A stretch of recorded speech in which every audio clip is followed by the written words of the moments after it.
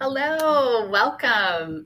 We are excited to be here again for our A to Z journey through Heather Black's fabulous book, Become a Super Salesforce Consultant.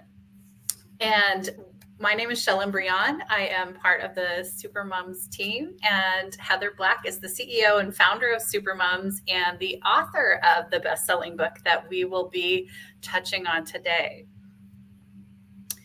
So this week's session is all about analyzing your Salesforce org. So as a consultant, as you come into a new project, how do you tackle that? And Heather has some really valuable tools and resources and approaches for you. Heather. Oh, thanks, Shellen. Lovely to see you all this week. So yes, as Shellen mentioned, we're talking about how do you analyse an existing Salesforce org, because it's a bit like opening the bonnet of a car and going, like, what do you do? I don't know, do you call it bonnet in the USA? What do you call it? Is it a hood? The hood, yes, the hood. I have to make sure I talk the right language. Yeah. So you kind of like lifting up the hood and the bonnet and going, right, what's happened here before, and how do you have a follow-up process for that? And within chapter O, which stands for org analysis, we talk about the four kind of key areas, and with that we have two free tools templates that we offer as part of that chapter. We'll also share those links in the chat after this session as well, because they are available more widely, but it shows the quality of the tools and the templates that are available from the book, and gives you that idea. But I think, Shellen, going back to your point, it's kind of like, it can be really scary, sort of thinking, well, what's in this org? How do I start? Am I going to break something if I do something? How do I discover it? So it's kind of like, having a strategy. And I think what's really important is that you own and upward manage that strategy, because I think when a Salesforce professional comes in, everybody's suddenly like, oh, can you do this for me? Can you do this for me? And you're like, oh, you can be very reactive to different things. And there's not to say that you don't do some of those things, because maybe there's quick fixes or logins or something that is urgent that needs sorting out. But what I would say is that you are strategic with your manager or client. You say to them, well, look, it's really important that we tackle this project and do a proper overview to see what you've got in your org, what's happening. So when we make changes, we're not just at threat of breaking something or adding something on which isn't fit for purpose, or focusing time on the things that are not a priority. It kind of needs a very structured process for it. Well, and one of the tools that you use, and I know that some with the course, the consultancy course, which you'll share a little bit later, that health check template, that whole process can be a great way to get some experience and exposure with clients. But do you want to talk through perhaps that approach of using that health check? Yeah, so with the health check, there's 4 key sections of it. It's very much slanted around a business analysis approach. So, if you were going into an organization to implement a new Salesforce system, you'd adopt business analysis. It's the same approach if you're going in and they've already got Salesforce. You still need to do all that business analysis process to understand how people use the system now. If they're not using it for some parts of their process, why not? What's the blockage there? Is it something that you could add in to the system? And so it's really about mapping out the as is. And then planning the as will be, as you would do with any system or any new implementation. So the 4 kind of key areas that we have in our template, and it's all mapped out. The first is around product adoption. And it's looking at which products they're using in Salesforce. And in the template, we map out a whole raft of products. Obviously, it's never ending these days with the amount of products that you could add to that list. But you would choose a select number of products that they could use or are using.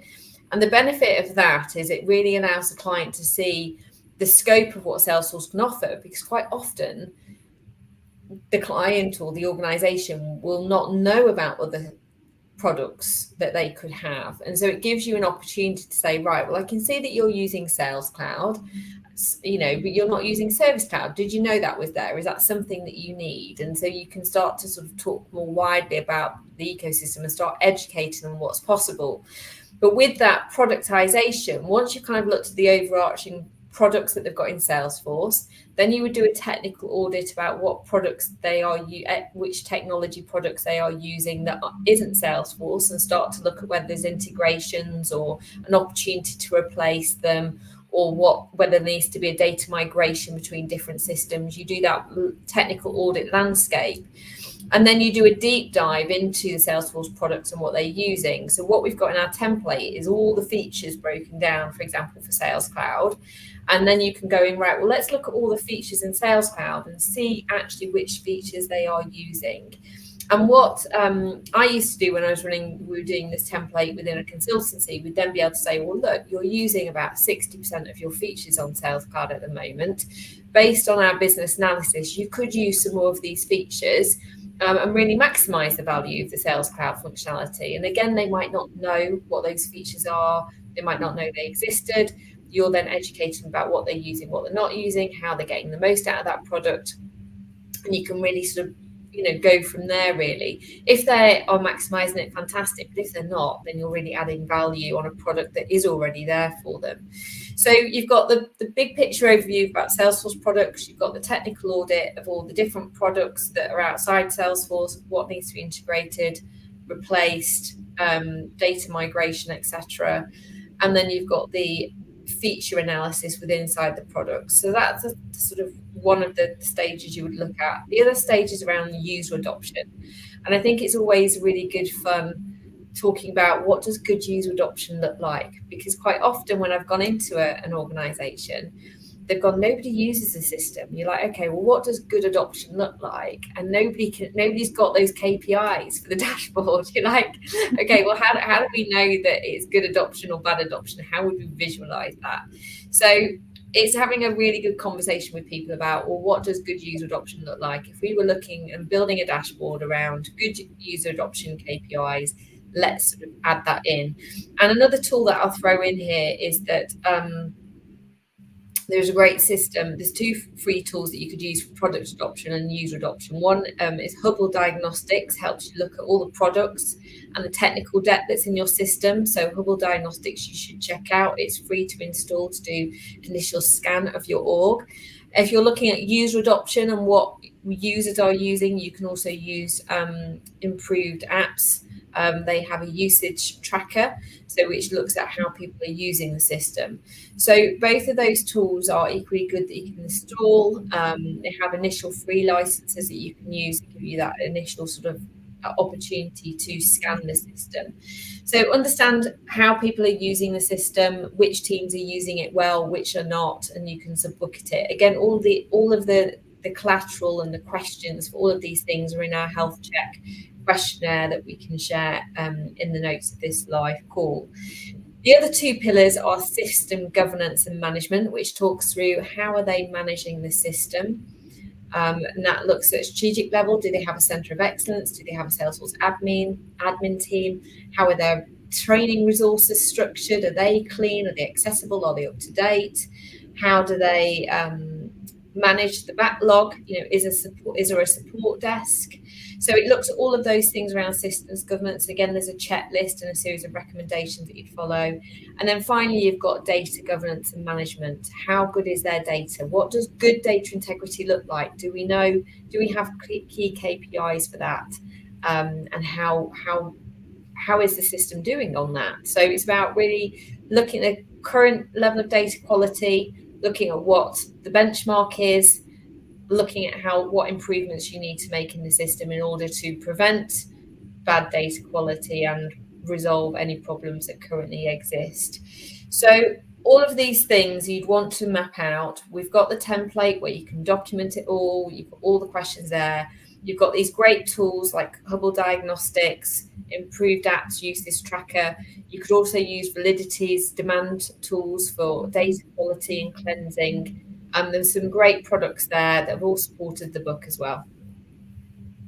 So this is, I can imagine this is a great way to add a lot of value and perceived expertise. So, really sharing your expertise if you were brought in to evaluate a particular need that they had, taking this more holistic approach.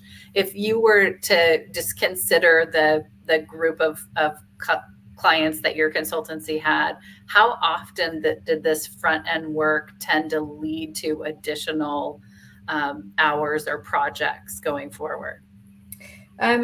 Quite often you get a list of work that needs doing off the back of it. So if you are operating as a self-employed consultant, it's a really good way to start a project with them if they already have Salesforce, is to not necessarily quote for all the additional work that needs doing until you've kind of got under the hood and had a look first and done this additional diagnostic, because then what you can do is put together a list of priorities, list of requirements that are prioritized, and then sort of work with the client to kind of implement some of those changes.